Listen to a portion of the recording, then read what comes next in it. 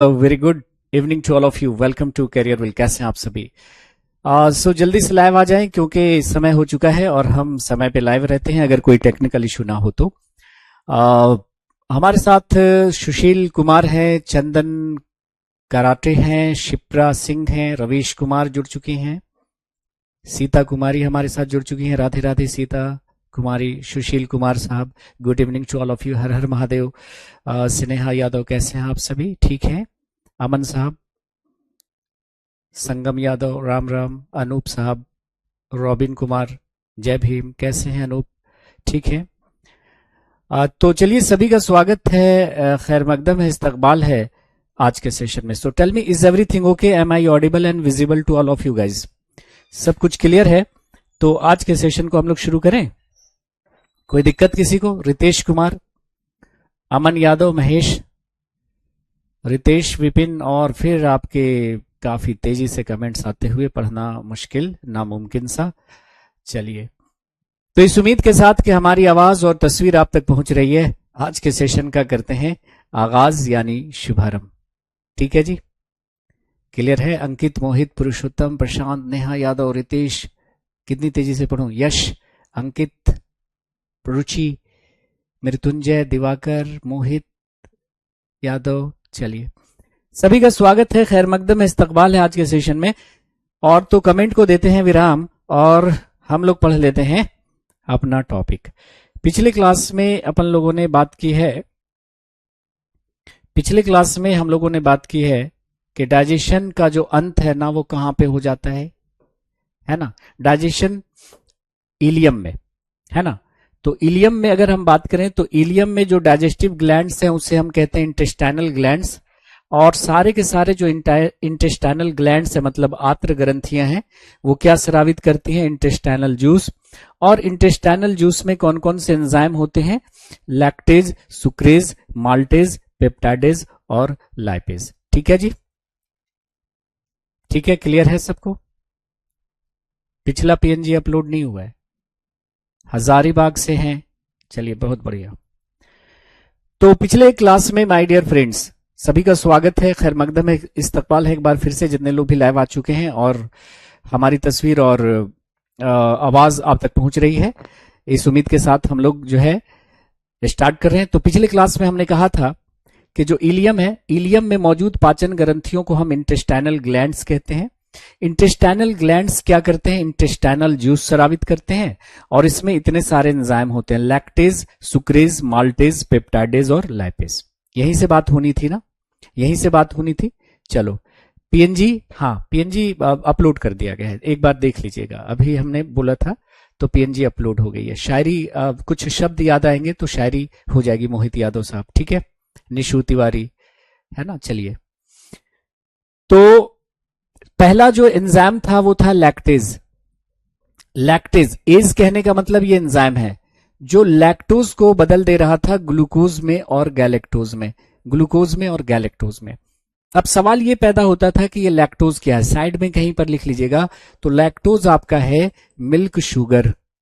Lactose क्या है? Milk sugar है, दूध में पाया जाने वाला शर्करा है, दूध में पाया जाने वाला शर्करा है कि नहीं? तो दूध में प्रोटीन कौन सी होती है? कैसीन। और दूध में शुगर कौन सा होता है? लैक्टोज। तो प्रोटीन शुगर कपल अगर पूछा जाए, प्रोटीन शुगर कपल दूध में कौन है?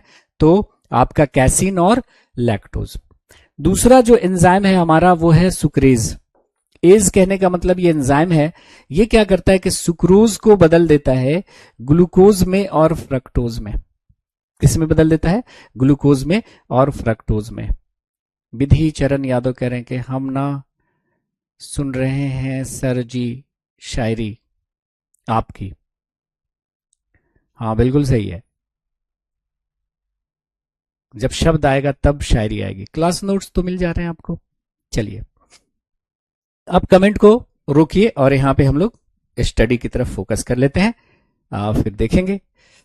तो सवाल ये पैदा होता है कि ये सुक्रोज क्या है? सुक्रोज क्या है? सुक्रेज तो एंजाइम है जो सुक्रोज को पचाएगा, ये सुक्रोज क्या है? तो आप लिख लीजिएगा कि सुक्रोज क्या है? तो केन शुगर। सुक्रोज क्या है? केन शुगर है, या टेबल शुगर है? टेबल शुगर है मतलब गन्ने के रस में पाया जाने वाला शर्करा, गन्ने के रस में पाया जाने वाला शर्करा, या चीनी बोल सकते हैं इसको, जो हम चीनी खाते हैं वो क्या है, यही सुक्रोज होता है। तो जैसे आपने अपने खाने में चीनी लिया, तो इस चीनी को पचाने के लिए हमारे आंतों में कौन सा एंजाइम है, सुक्रेज, सुक्रेज नाम का जो एंजाइम है, सुक्रेज नाम का जो एंजाइम है जो सुक्रोज है यानी चीनी को ग्लूकोज और फ्रक्टोज में बदल देता है, ग्लूकोज में और फ्रक्टोज में बदल देता है। तो ये भी देखो सिंपल है, ये भी सिंपल है, ठीक है, ये भी सिंपल शुगर है, ये भी सिंपल शुगर है। आप कहोगे सर गैलेक्टोज क्या होता है, तो मैं कहूंगा ग्लूकोज क्या होता है। जिस तरह से ग्लूकोज सिंपल शुगर है उसी तरह से गैलेक्टोज भी सिंपल शुगर है। अगर पूछ लिया जाए कि ये फ्रक्टोज क्या है, तो आप लिख लीजिएगा कि फ्रक्टोज क्या है, तो फ्रक्टोज है फ्रूट शुगर, फ्रूट शुगर, फलों में पाया जाने वाला शर्करा, फलों में पाया जाने वाला शर्करा है, ठीक है, फलों में पाया जाने वाला शर्करा।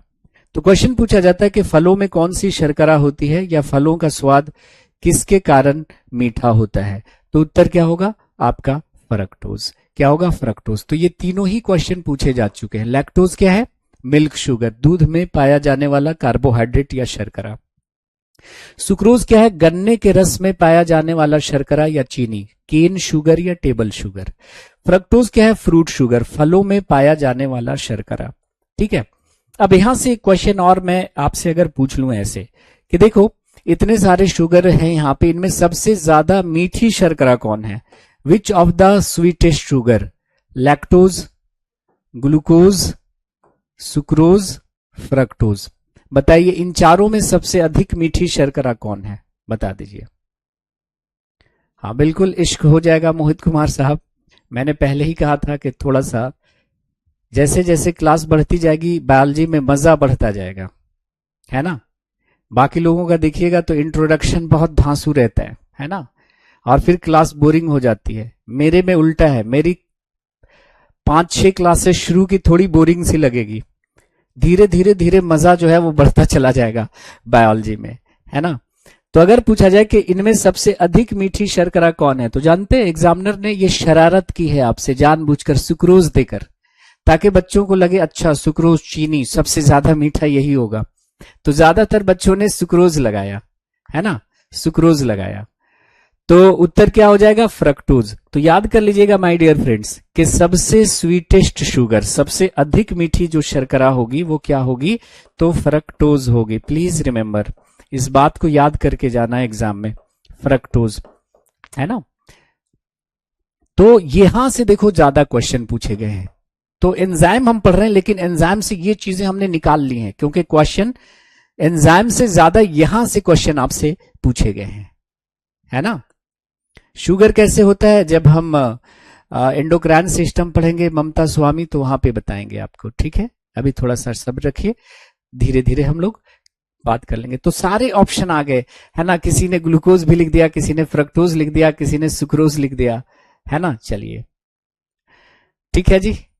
लैक्टोज मतलब मिल्क में पाया जाने वाला शुगर, लैक्टोज क्या है, मिल्क में पाया जाने वाला शुगर, ठीक। नाउ अब अगला जो है हमारा वो है माल्टेज। माल्टेज, माल्टेज क्या करता है, माल्टोज को बदल देता है ग्लूकोज में और ग्लूकोज में। आप मुझे बताओ कि ये माल्टोज कहां कहां बना था, याद है कुछ। हम लोग फूड को अपने बक्कल कैविटी में चबा रहे थे, है ना, फूड को अपने बक्कल कैविटी में चबा रहे थे, तो लार निकल रहा था, और लार में एक एंजाइम था जिसका नाम क्या था, टाइलिन, जो स्टार्च को बदल रहा था माल्टोज में, स्टार्च को बदल रहा था माल्टोज में। दूसरी जगह कहां पर, ड्यूडेनम में, ग्रहणी में। याद कीजिए पैंक्रियाटिक जूस में भी एमाइलेज था जो स्टार्च को बदल रहा था माल्टोज में। माल्टोज का मतलब क्या है कि अभी भी ग्लूकोज के दो मॉलिक्यूल्स आपस में केमिकल बॉन्डिंग द्वारा, रासायनिक आबंध द्वारा जुड़े हुए हैं। तो ग्लूकोज का दो मॉलिक्यूल जब आपस में जुड़ा रहता है ना, उसको कहते हैं माल्टोज। यानी अभी तक पूरा पाचन नहीं हुआ था। माल्टेज ने क्या किया, देखो अलग अलग कर दिया, ग्लूकोज ग्लूकोज अलग कर दिया, यानी ग्लूकोज के डाइमर को हम लोग माल्टोज कहते हैं माय डियर फ्रेंड्स। ग्लूकोज के डाइमर को हम लोग माल्टोज कहते हैं, है कि नहीं? नहीं, 12th के लिए और पढ़ना पड़ेगा, हम लेवल लेके चल रहे हैं, पर वो जरूरी चीजें जो लेके चल रहे हैं ना, कि जितना आपके एग्जाम्स के लिए जरूरी है। तो अगला हमारा जो एंजाइम है आंत्र रस में, वो है पेप्टाइडेज। हिंदी में कोई नाम नहीं, ऐसे लिखा मिलेगा। ये पेप्टोन को बदल देता है अमाइनो एसिड्स में। पेप्टोन को बदल देता है किसमें? अमाइनो एसिड्स में। ये पेप्टोन कहां कहां बने थे? तो आपने कहा सर स्टमक में पैप्सिन ने प्रोटीन को पेप्टॉन्स में तोड़ा था, है कि नहीं? और हमारे ड्यूडेनम में ग्रहणी में ट्रिप्सिन ने प्रोटीन को पेप्टॉन्स में तोड़ा था। मतलब अभी तक प्रोटीन का पार्शियल डाइजेशन ही हो पाया था। क्या? पार्शियल डाइजेशन हो पाया था, आंशिक पाचन हो पाया था।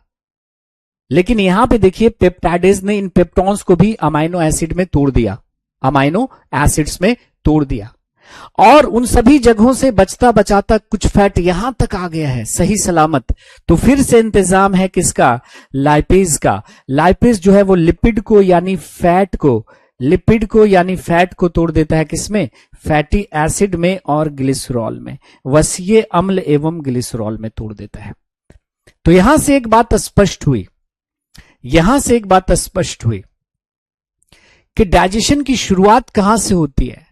तो आपने कहा सर डाइजेशन की शुरुआत हमारे बक्कल कैविटी से, मुख गुहिका से होती है। लेकिन मैं अगर पूछूं कि पाचन का अंत कहां पे होता है, अगर मैं आपसे पूछूं कि भाई डाइजेशन कंप्लीट कहां पे होता है, डाइजेशन कंप्लीट कहां पे होता है, पाचन पूर्ण कहां पे होता है, पाचन पूर्ण कहां पे होता है, तो आप क्या कहिएगा? डाइजेशन जो कंप्लीट होता है ना, वो होता है आपके स्मॉल इंटेस्टाइन में, छोटी आंत में। SI मतलब स्मॉल इंटेस्टाइन, छोटी आंत में। लेकिन एग्जामिनर जिद पे अड़ जाए कि छोटी आंत में कहा भाई?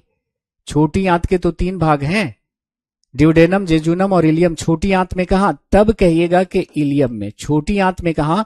तो इलियम में, मतलब क्षुद्रांत्र में। बात आ रही है समझ में? तो डाइजेशन की जो शुरुआत होती है ना, वो बक्कल कैविटी में होती है, लेकिन डाइजेशन का जो अंत होता है वो आप देख रहे हैं ना कि कहां पे हो रहा है? इलियम में हो रहा है। कोई शक है यहां तक? बिल्कुल स्मॉल इंटेस्टाइन, राजश्री, बहुत खूब। छोटी आंत, विष्णु, मोहित और मोहिनी, सैनी, राम, राम साहब हमारे साथ हैं, और रवि कुमार हमारे साथ हैं, विष्णु, सीता कुमारी, बहुत खूब, आलोक यादव, क्या बात है, राजश्री, वाह वाह। चलिए ठीक है जी राम साहब। चलो अब आ जाइए, डाइजेशन कंप्लीट हो चुका है कहां पर? छोटी आंत के इलियम वाले पार्ट में। तो ये देखो ना, ये छोटी आंत का पहला भाग था ड्यूडेनम, बीच वाला जेजुनम, और ये अंतिम भाग था इलियम। अब समझना मेरी बात को, थोड़ा कमेंट को विराम दीजिए, काफी ज्यादा कमेंट आ रहे हैं आपके, बहुत ज्यादा आ रहे हैं। कमेंट को थोड़ा रोकिए और यहाँ पे ध्यान दीजिए मेरी तरफ, समझिएगा, बहुत प्यारी बात बताने वाला हूं। देखिए छोटी आंत का जो इलियम वाला पार्ट है ना, उसमें डाइजेशन कंप्लीट हो गया। क्या हो गया? डाइजेशन कंप्लीट हो गया, है कि नहीं? डाइजेशन क्या हो गया? कंप्लीट हो गया, डाइजेशन कंप्लीट हो गया। लेकिन हमारा डाइजेस्टिव सिस्टम इतना स्ट्रांग नहीं है कि हमने जो भी अनाप शनाप खा लिया वो सब डाइजेस्ट होकर आपको एनर्जी देगा। ऐसा भी परफेक्ट भी बिल्कुल नहीं है। तो देखिएगा कि इलियम में भोजन के जिन घटकों का पाचन हुआ सो हुआ, लेकिन इलियम में भी जिसका पाचन नहीं हुआ, मतलब अब कहीं नहीं हो सकता, क्योंकि डाइजेशन कंप्लीट कहां पे हो चुकी है? इलियम में। तो इलियम में जितना पाचन होना था हो गया, लेकिन जिसका पाचन इलियम में भी नहीं हुआ, वो अपचा भोजन कहां आ जाएगा? वो अपचा भोजन कहां पे आ जाएगा? तो आप कहिएगा सर लार्ज इंटेस्टाइन में आ जाएगा। तो अगर मैं आपसे पूछूं कि लार्ज इंटेस्टाइन में माय डियर फ्रेंड्स डाइजेशन होगा कि नहीं होगा, लार्ज इंटेस्टाइन में डाइजेशन होगा कि नहीं होगा, तो आप कहेगा जब आप पहले ही लिख चुके हैं कि डाइजेशन कंप्लीट हो चुका है इलियम में, तो यहां पे अपचा भोजन आएगा। यानी आप कह सकते हो कि भाई लार्ज इंटेस्टाइन में डाइजेशन नहीं होता। यहां पे वो फूड आएगा जिसका डाइजेशन अब मुमकिन नहीं है, संभव नहीं है। तो यहां पर छोटी आंत खत्म, यहां से छोटी आंत की शुरुआत, यहां पे छोटी आंत खत्म, यहां से बड़ी आंत की शुरुआत। और बड़ी आंत का जो पहला भाग है वो क्या कहलाता है? सीकम कहलाता है, अंधनाल कहलाता है। अब देखिए ये जो हमारा सीकम है, मनुष्य में जो सीकम है वो एक अवशेषी अंग में कन्वर्ट हो गया है। उस अवशेषी अंग का नाम है अपेंडिक्स। क्या नाम है? अपेंडिक्स, परिशेषिका। क्या नाम है? परिशेषिका नाम है, ठीक है, अपेंडिक्स। अपेंडिक्स आप जानते हैं कि एक वेस्टिजियल ऑर्गन है जिसके बारे में हम डिटेल से बात करेंगे ऑर्गेनिक एवोल्यूशन में।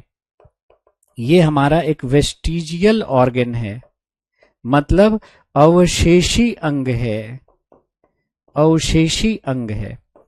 अवशेषी अंग ऐसे अंग होते हैं जो हमारे शरीर में रहते तो हैं पर उनका कोई कार्य नहीं होता, है ना, उनका कोई कार्य नहीं होता। हाँ, इसको वर्मी फॉर्म अपेंडिक्स भी लिख देते हैं, कृमि रूपी अपेंडिक्स, क्योंकि ये वर्म जैसा दिख रहा है ना, इसलिए उसको लिखते हैं, ठीक है।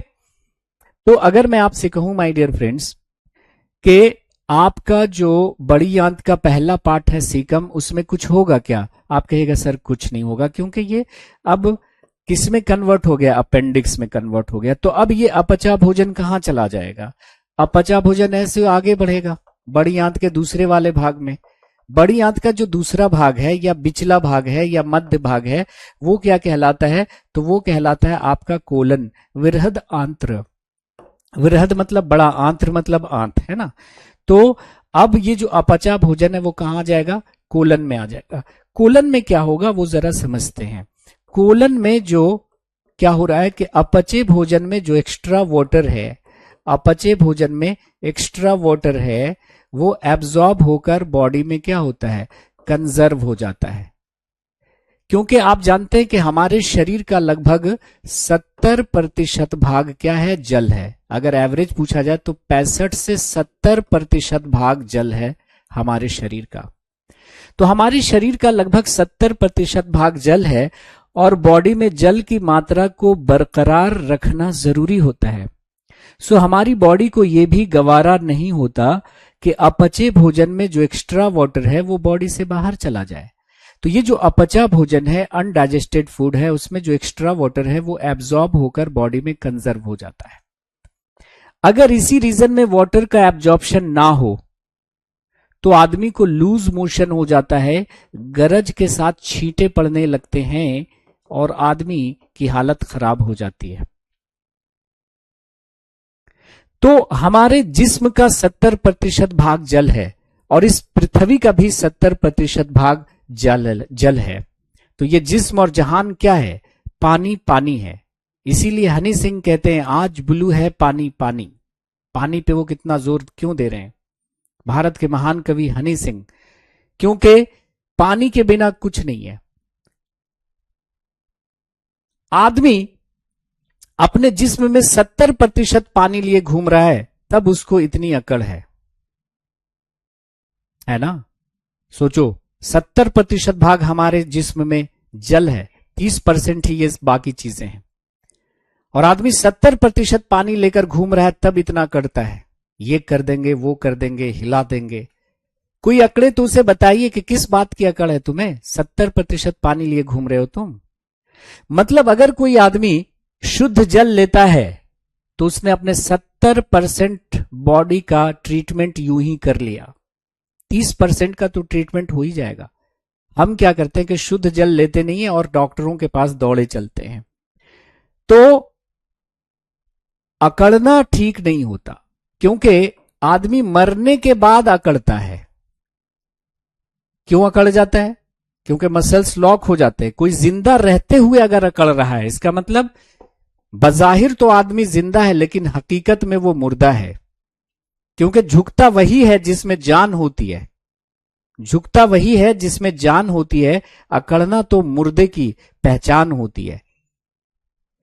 तो क्या हुआ कि अनडाइजेस्टेड फूड से एक्स्ट्रा वाटर क्या हुआ? एब्जॉर्ब होकर बॉडी में चला गया।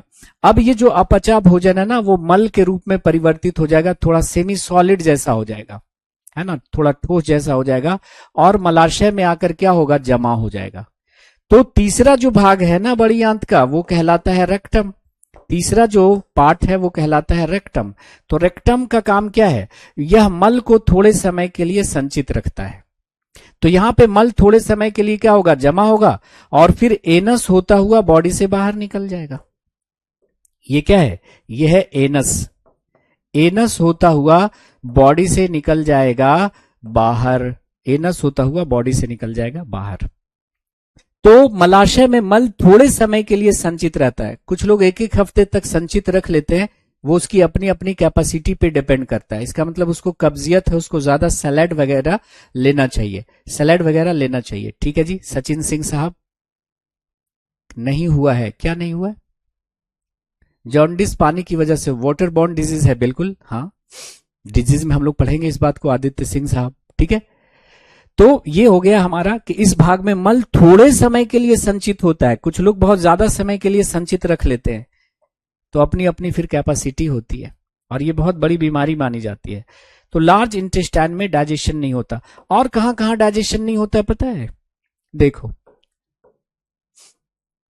और कहां कहां डाइजेशन नहीं होता है। तो आपने पढ़ा ये बक्कल कैविटी था, ये था फेरिंग्स, फेरिंग्स है ना, और ये था आपका इसोफेगस। तो लिख देता हूं कहां कहां डाइजेशन नहीं होता। तो पहला है आपका फेरिंग्स, ग्रसनी।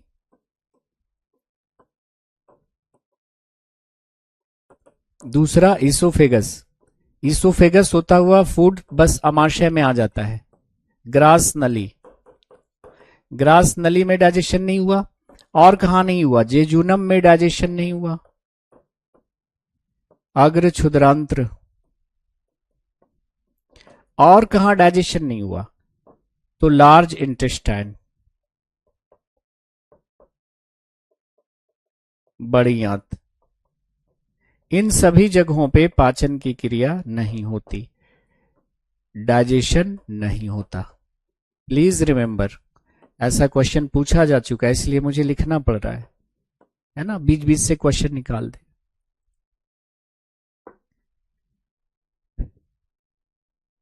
नेहा यादव कह रहे हैं कि प्लीज सर क्लियर नहीं दिख रहा है, तो आपके नेटवर्क में इश्यू होगा क्या। बाकी बच्चों को दिख रहा है क्लास। प्लीहा आगे आएगा अभी, डाइजेस्टिव सिस्टम में प्लीहा का रोल नहीं है इसलिए उसको हमने इग्नोर किया। विष्णु साहब, ठीक है। पानी गट गट पीना चाहिए कि एक साथ, अभी उस पे आते हैं नुसरत, देखिए बताता हूं कि कैसे पीना चाहिए।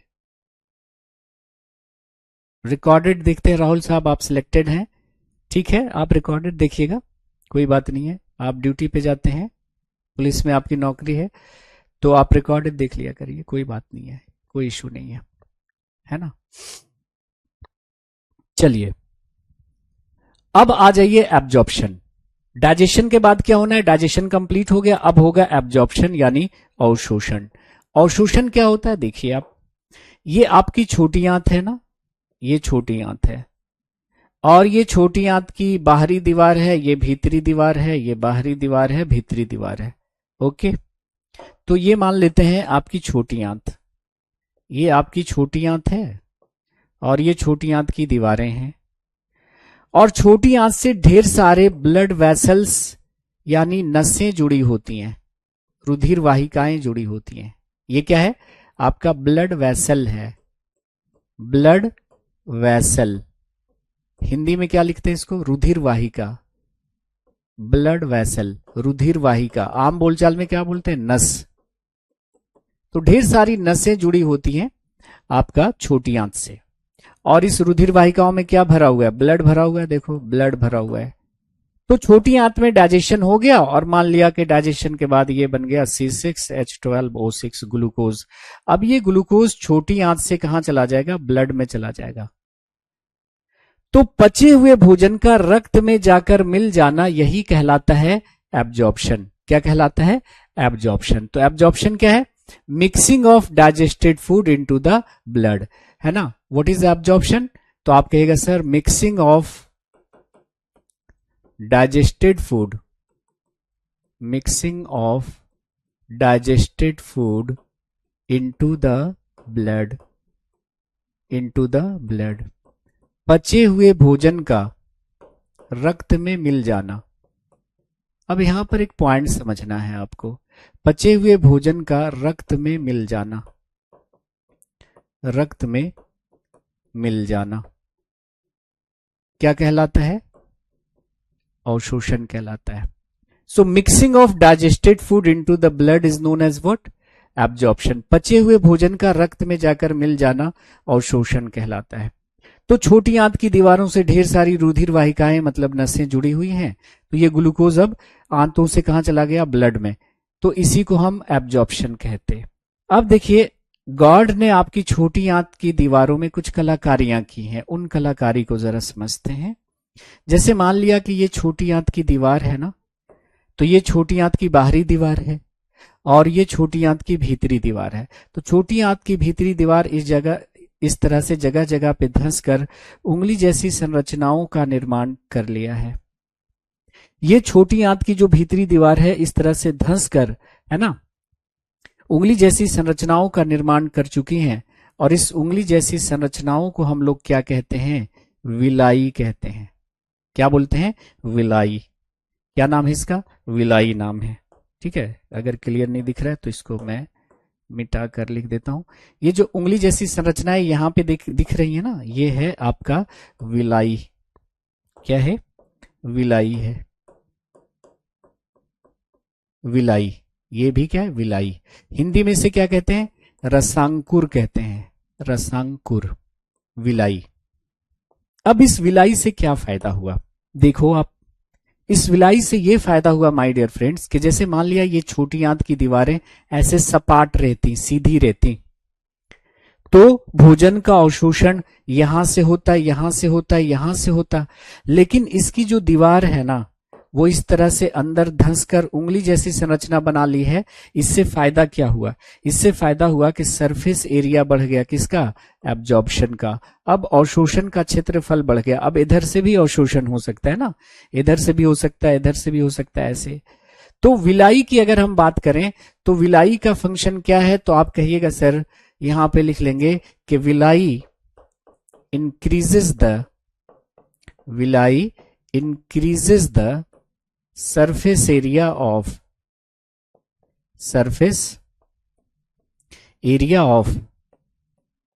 absorption। रसांकुर अवशोषण का क्षेत्रफल बढ़ाता है, है कि नहीं? अब आप कहोगे सर क्वेश्चन कैसे पूछेगा? क्वेश्चन ऐसे पूछेगा माय डियर फ्रेंड्स के छोटी आंत की दीवारों में जो उंगली जैसी संरचनाएं होती हैं उसे कहा जाता है, तो क्या कहिएगा? उसे कहा जाता है विलाई। क्या कहा जाता है? विलाई। विलाई का काम क्या है? तो सरफेस एरिया को बढ़ाता है, आसानी से एब्जॉर्प्शन होगा। और अवशोषण की क्रिया देखिए पूरे छोटी आंत में होती है। मैंने क्या बोला? भोजन का अवशोषण पूरे छोटी आंत में होता है, लेकिन मैक्सिमम एब्जॉर्प्शन कहां पे होगा? तो अगर आपसे क्वेश्चन पूछा जाता है कि मैक्सिमम एब्जॉर्प्शन कहां पे होगा, जरा बता दो आप लोग। सर्वाधिक अवशोषण कहां पे होगा? अवशोषण की क्रिया जो है वो पूरे छोटी आंत में होती है, लेकिन मैक्सिमम एब्जॉर्प्शन छोटी आंत के जेजुनम वाले रीजन में होता है, अग्र क्षुद्रांत्र वाले में होता है। ठीक है, तो आप डायग्राम बनाना चाहते हैं तो बनाइए, नहीं बनाना चाहते हैं तो डायग्राम मत बनाइए, पॉइंट्स लिख लीजिए। ठीक है जी, हाँ बता देंगे मोहित डेंटल फॉर्मूला। ठीक है, लास्ट में, अभी जो चल रहा है चलने दीजिए। हाँ बिल्कुल बढ़ाता है, राम साहब बिल्कुल सही फरमाया आपने। गृहिणी रवि साहब ने बोला, ममता ने बोला छोटी आंत में, बिल्कुल छोटी आंत में होता है, लेकिन जिद पे अड़ जाए कि छोटी आंत में कहाँ भाई? छोटी आंत का तो 3 पार्ट है, ड्यूडेनम, जेजुनम, इलियम, है ना? जेजुनम में होती है। चतुर्भुज सिंह साहब बिल्कुल सही है, अग्र क्षुद्रांत्र में होती है, बिल्कुल सही, सभी सही है। राजश्री, नुसरत, क्या बात है भाई, बहुत खूब, हो गया ना अब अवशोषण।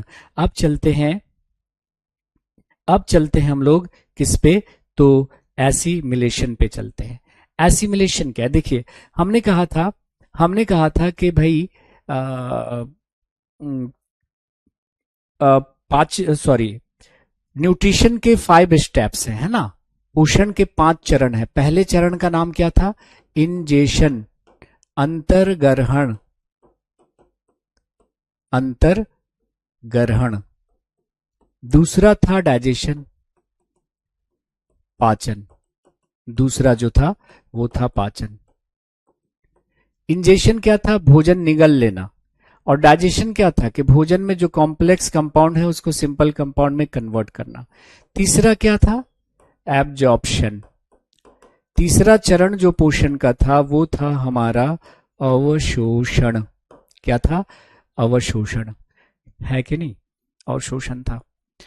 अवशोषण क्या था, पचे हुए भोजन का रक्त में जाकर मिल जाना। पचे हुए भोजन का रक्त में जाकर मिल जाना और शोषण कहलाता है। और चौथा चरण था एसिमिलेशन यानी स्वांगीकरण, और 5वां चरण था बहिष्करण। तो ये तो हमने पढ़ लिया। इंजेशन का मतलब है भोजन लेना, डाइजेशन पूरा पढ़ाया ही है हम लोगों ने, और एब्जॉर्प्शन अभी अभी देखा। एसिमिलेशन क्या होता है कि अब पचे हुए भोजन का, जो भोजन अवशोषित हुआ है, उसका शरीर की वृद्धि, विकास और मरम्मत में इस्तेमाल होना क्या कहलाएगा, assimilation. So utilisation of food into growth, repair and development of the body. फिर से सुनिएगा, utilisation of digested food into growth, repair and development of the body is known as what, assimilation. पचे हुए भोजन का या पाचित भोजन का शरीर की वृद्धि, विकास और मरम्मत में इस्तेमाल होना क्या कहलाएगा, एसिमिलेशन। और इजेशन क्या होगा, removal of undigested food from the body. Removal of undigested food from the body of a living organism is known as what, egestion. अपचे भोजन का शरीर से बाहर निकल जाने की जो प्रक्रिया है वो बहिष्करण कहलाएगी। क्या कहलाएगी, बहिष्करण कहलाएगी। बात आ रही है समझ में।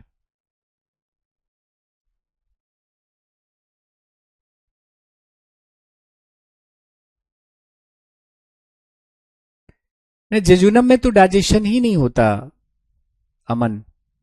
जब हम जेजुनम पढ़ रहे थे तो आपने क्या देखा, एब्जॉर्प्शन के लिए एंजाइम की तो जरूरत नहीं होती है ना।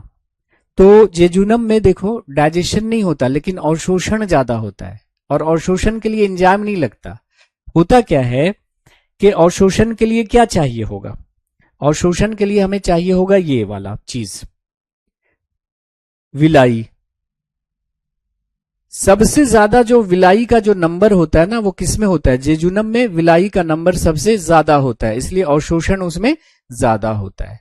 ठीक है, ज्यादा होता है। तो ये हमारा हो गया, देखो चैप्टर कंप्लीट हो गया। चैप्टर हमारा कंप्लीट हो गया है ना, पूरा हमने 5 स्टेप फिर से लाके मिला दिया। लेकिन जैसा कि मैंने आपसे कहा था कि आप लोगों के एग्जाम्स में टॉपिक के अलावा भी इधर उधर के सवाल ज्यादा रहते हैं, तो नोट करके कुछ पॉइंट्स हम आपके सामने प्रस्तुत करेंगे। तो नोट करके लिख लेंगे एक्स्ट्रा पॉइंट।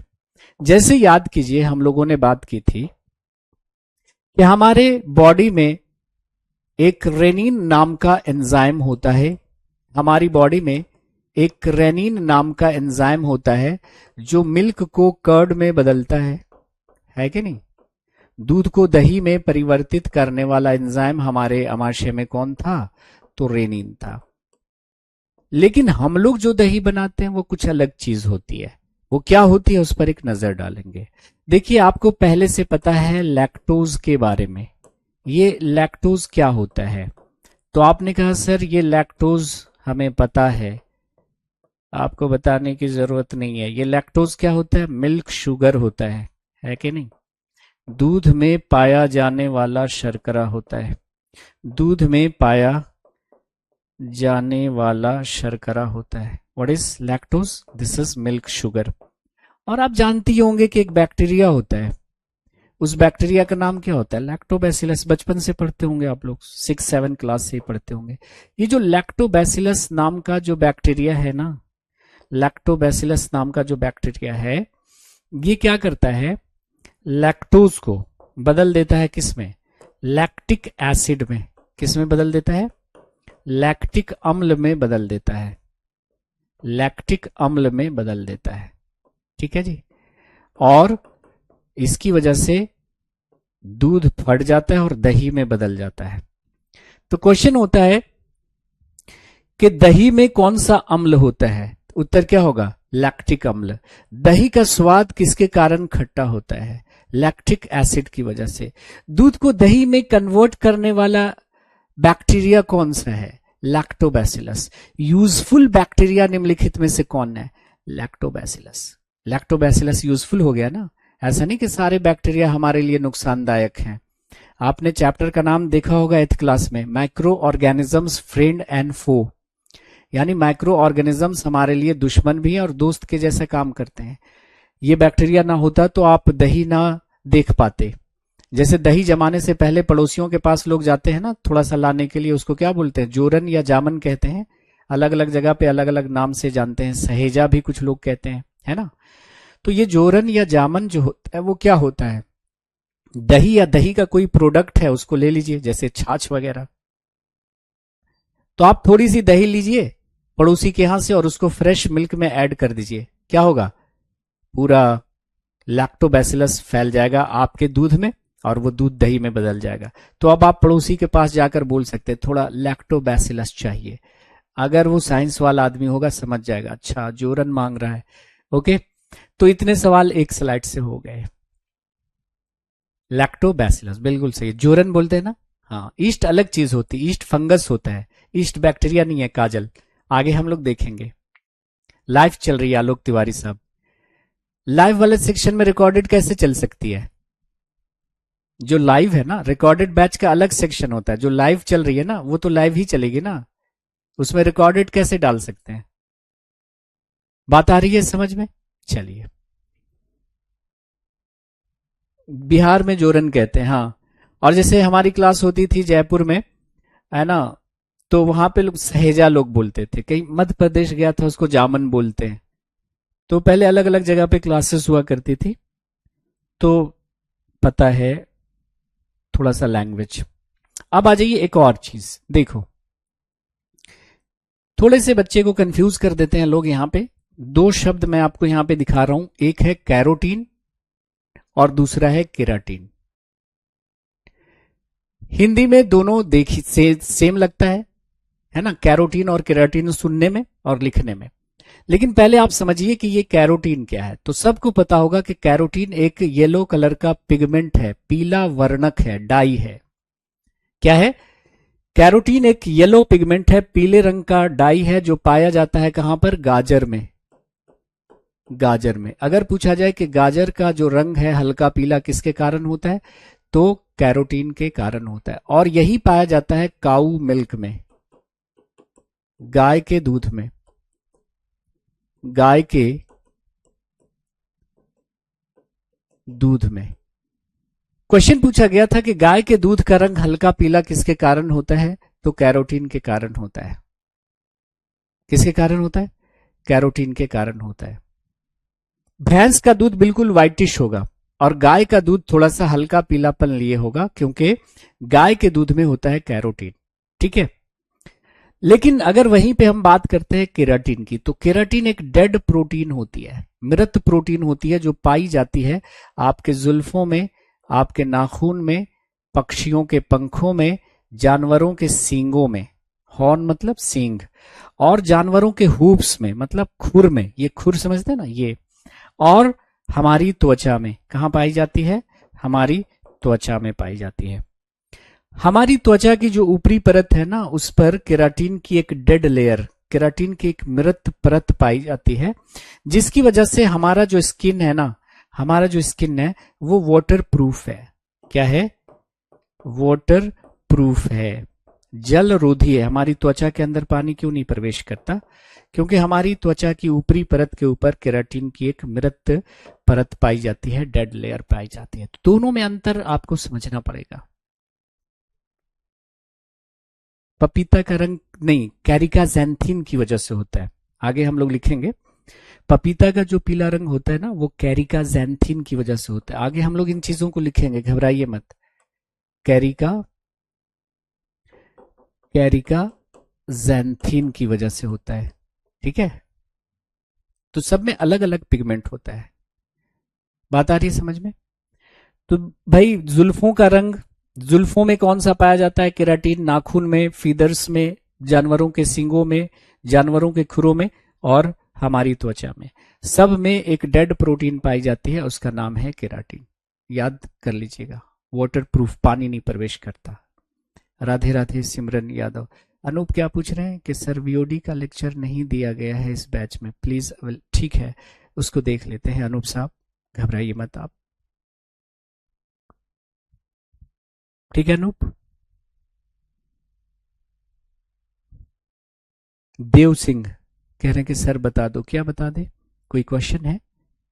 आम का रंग पीला क्यों होता है? सबका लिख दूंगा, जैसे रेड चिली का रंग आम का रंग है ना, उसके बाद शिमला मिर्च का रंग है ना, बनाना की कलर, सेब जैसे एंथोसायनिन है ना, तो लिख दूंगा वहां पे। चलिए, तो जब हम पिगमेंट पढ़ेंगे वहां पे आपको बताएंगे। अब चलिए एक और इंटरेस्टिंग चीज आपको बता रहा हूं मैं, एक और इंटरेस्टिंग चीज जरा आप लोग देख लीजिएगा। फेरिंग्स, ये था फेरिंग्स जिसको हम टेंटुआ कहते थे। ये क्या है? ये है आपका फेरिंग्स, ये जहां पे भोजन नली और श्वास नली मिलते हैं। फेरिंग्स के नीचे ये आपका क्या है? ये आपका वॉइस बॉक्स है। तो फेरिंग्स जिसको हिंदी में हम क्या कहते हैं? ग्रसनी। फेरिंग्स ये हमारे आहार नाल का वह भाग है जहां पर फूड पाइप मतलब ईसोफेगस और विंड पाइप यानी ट्रैकिया है ना, तो ये हमारे आहार नाल का वह भाग है जहां पर भोजन नली एवं श्वास नली आपस में मिलते हैं। तो आहार नाल का वह भाग जहां पर भोजन नली और श्वास नली आपस में मिलते हैं क्या कहलाता है? फेरिंग्स कहलाता है। जैसे देखिए, जब हम खाना खाते हैं ना, तो ये खाना आता है हमारे कहाँ पे? भोजन नली में। ये जो आपको ये ट्यूब दिख रही है ना पीछे वाली, ये है आपका ईसोफेगस, फूड पाइप है ना, भोजन नली। ईसोफेगस को क्या बोलते हैं? फूड पाइप भी कहते हैं, भोजन नली या ग्रास नली।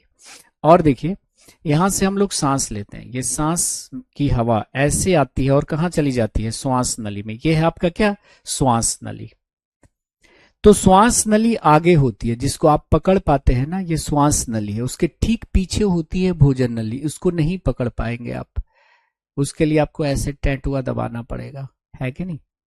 तो ये दोनों जहां पे, और ये दोनों यहां पे देखो क्रॉस होगा, ये आ गया आपका किसमें? श्वास नली में। और ये दोनों जहां पे मिल रहे हैं वही है आपका फेरिंग्स यानी ग्रसनी। तो आहार नाल का वह भाग जहां पर श्वास नली और भोजन नली देखो ये मिल रहा है, ये है भोजन नली और ये है आपका श्वास नली, है ना। खाना खाया तो इधर आया भोजन नली में, सांस लिया तो ये आ गया श्वास नली में। दोनों जहां पे मिल रहे हैं वही है फेरिंग्स, है ना। उसके बाद देखिए, ये हो गया फेरिंग्स। उसके बाद ये हुआ आपका वॉइस बॉक्स जहां से आवाज निकल रही है, तो ये हुआ फेरिंग्स। फेरिंग्स के नीचे है लैरिंग्स आपका, ठीक है, तो उसको लिख लीजिएगा। लैरिंग्स मतलब क्या होता है? लैरिंग्स क्या है? वॉइस बॉक्स ऑफ ह्यूमन, मनुष्य का जो स्वर यंत्र है ना, जहां से आपको साउंड निकल रही है उसको बोलते हैं आपका लैरिंग्स। लेकिन जो पक्षियों का स्वर यंत्र है उसको बोलते हैं सीरिंग्स। पक्षियों का जो स्वर यंत्र है उसको बोलते हैं सीरिंग्स। तो ये तीन वर्ड आपको सुनने में एक जैसे लगते हैं लेकिन अलग अलग हैं, फेरिंग्स, लैरिंग्स और सीरिंग्स। फेरिंग्स क्या है? आहार नाल का वह भाग है जहां पर भोजन नली और श्वास नली आपस में मिलते हैं। उसके नीचे है आपका वॉइस बॉक्स, स्वर यंत्र। मनुष्य के स्वर यंत्र को क्या बोलते हैं? लैरिंग्स ये। और जहां पे पक्षियों के स्वर यंत्र को क्या बोलते हैं? सीरिंग्स। किसी को कोई दिक्कत बताओ?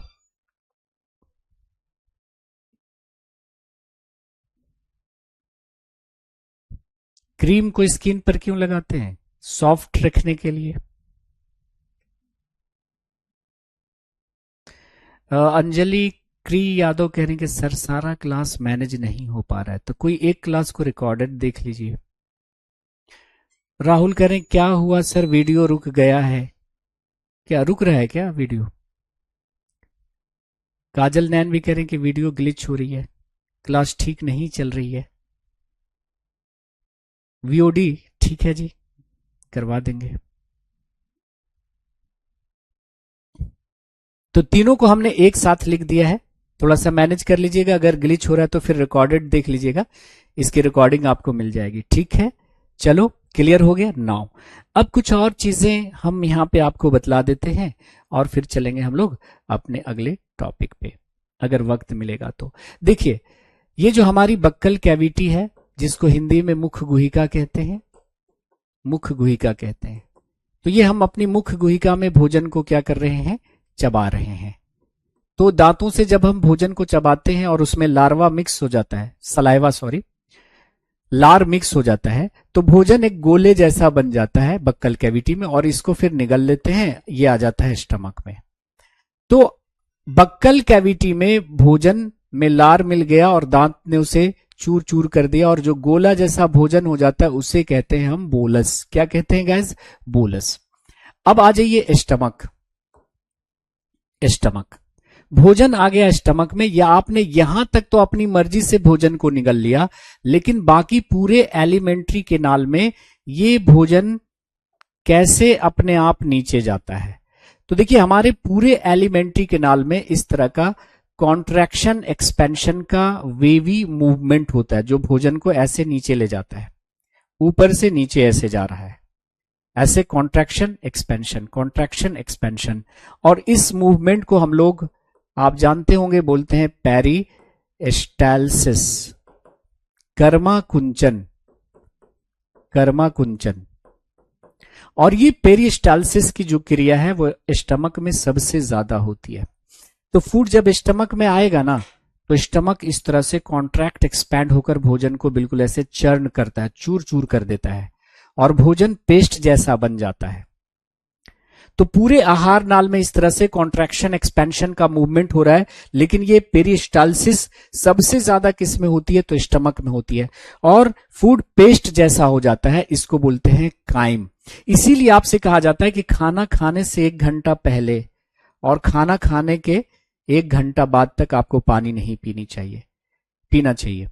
कई लोग हुआ ऐसे देखने को मिलते हैं कि खाना खाया और गट ढेर सारा पानी पी लिया। उससे क्या होगा कि आपका स्टमक टर्जिड हो जाएगा, टाइट हो जाएगा। एक तो खाना खाया और पानी से फुल कर लिया स्टमक, तो बेचारा ये स्टमक ये वाला मूवमेंट नहीं कर पाएगा, जिसकी वजह से भोजन जो है वो पेस्ट में नहीं बदलेगा और आपको डाइजेशन में प्रॉब्लम रहेगी।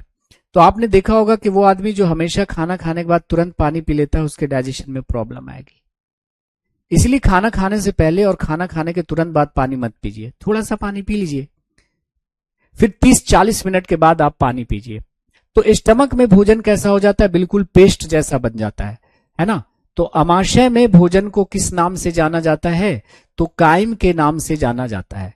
और उसी प्रकार अगर हम कहें क्या छोटी आंत, क्या कहें? छोटी आंत। तो छोटी आंत में जो भोजन है वो थोड़ा सा और लिक्विड जैसा हो जाता है, उसको काइल कहते हैं। क्या कहते हैं? काइल। अगर यही एंटी पेरिस्टाल्सिस हो गई, नीचे से ऊपर चला गया मूवमेंट, है ना, ये पेरिस्टाल्सिस कहां से कंट्रोल होता है? आपके ब्रेन से कंट्रोल होता है। ब्रेन क्या करता है? सिग्नल देता है और ये कॉन्ट्रैक्ट एक्सपैंड होता है और भोजन नीचे अपना आता रहता है अपने आप, है ना। लेकिन ब्रेन से अगर गलत सिग्नल मिल गया और ये मूवमेंट नीचे से ऊपर हो गया, तो इसी को बोलते हैं एंटी पेरिस्टाल्सिस, जिसकी वजह से आपको उल्टियां या हिचकियां आती हैं। जैसे हिचकी आने पर आप पानी पी लेते हैं, तो हिचकी कैसे क्यों बंद हो जाती है? क्योंकि आप ब्रेन को बतला रहे हैं कि भाई ये नीचे से ऊपर नहीं, ऊपर से नीचे होना था ये मूवमेंट, है ना। तो पानी पीने के बाद आपने देखा होगा हिचकी बंद हो जाती है, हिचकी बंद हो जाती है।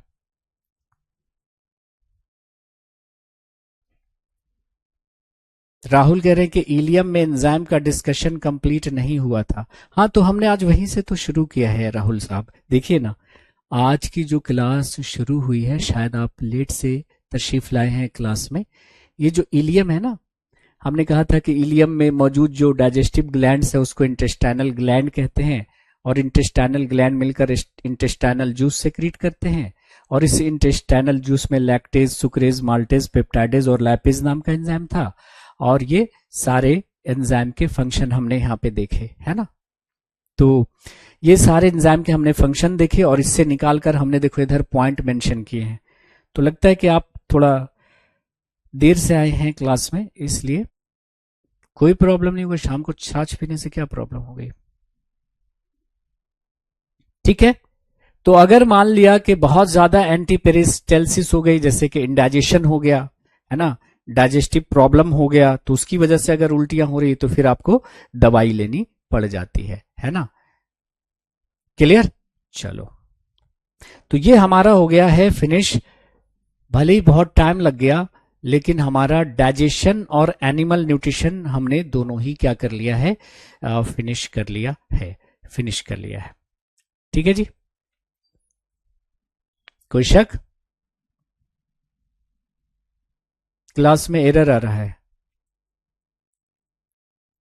अभी भी किसी को कोई दिक्कत आ रही है क्या क्लास में?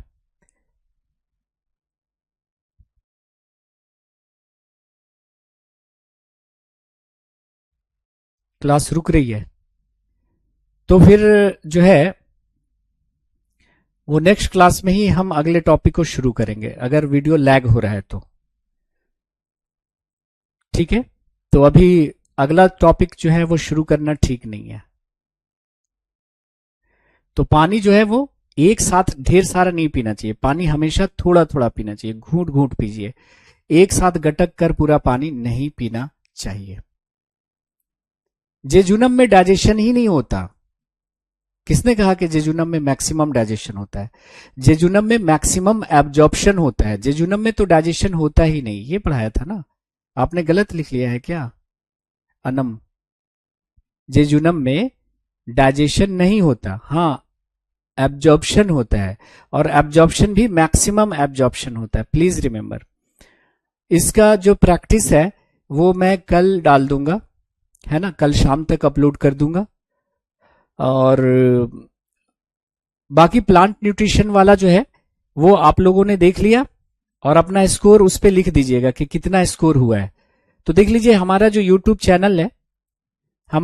चैनल है इस पे हम प्रैक्टिस सेशन डालते रहेंगे एक एक टॉपिक का।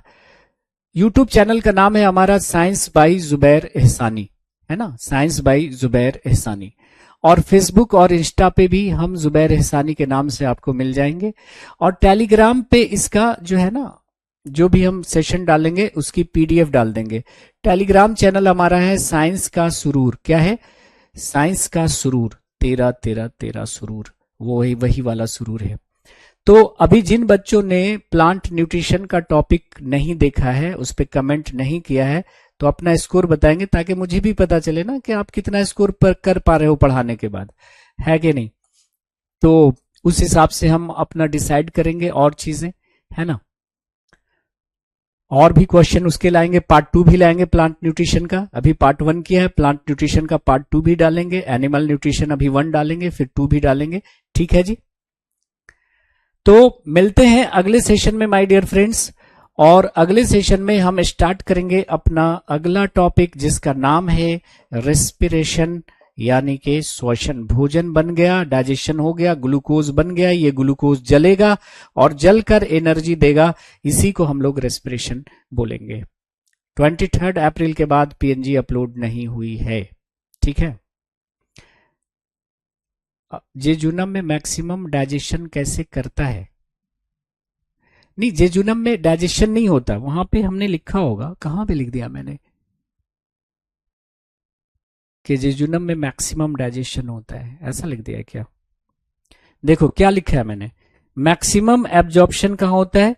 जेजुनम में होता है ना। सर्वाधिक, मुझे लगा कि मैंने ही गलत तो नहीं लिख दिया।